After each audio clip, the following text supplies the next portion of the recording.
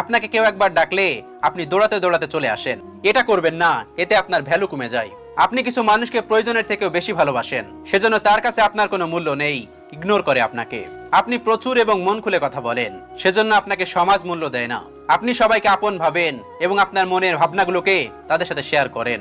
এতে করে তাদের কাছে আপনার ভ্যালু কমে যায় আর আপনাকে ইগনোর করে। অন্যদের বোকা বানাতে শিখুন, বাকিদের এটা দেখান যে আপনার জীবনে কোনো লক্ষ্য নেই। সোশ্যাল মিডিয়ায় পার্টি এবং নিজের মজা এবং আপনার আনন্দের পোস্টগুলো শেয়ার করবেন না, যাতে তারা মনে করে আপনার জীবনে কোনো লক্ষ্য নেই।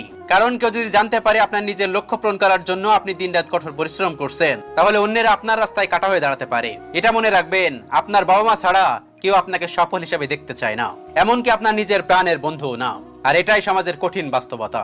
একটা ছেলেকে সঠিক পথে আনার জন্য একটা মেয়ের পবিত্র ভালোবাসাই যথেষ্ট। ভালো থেকে বলে চলে যাওয়া মানুষগুলো কখনোই এটা বোঝে না যে তারাই আমাদের ভালো থাকার কারণ ছিল। কি অদ্ভুত, তাই না? ফুলের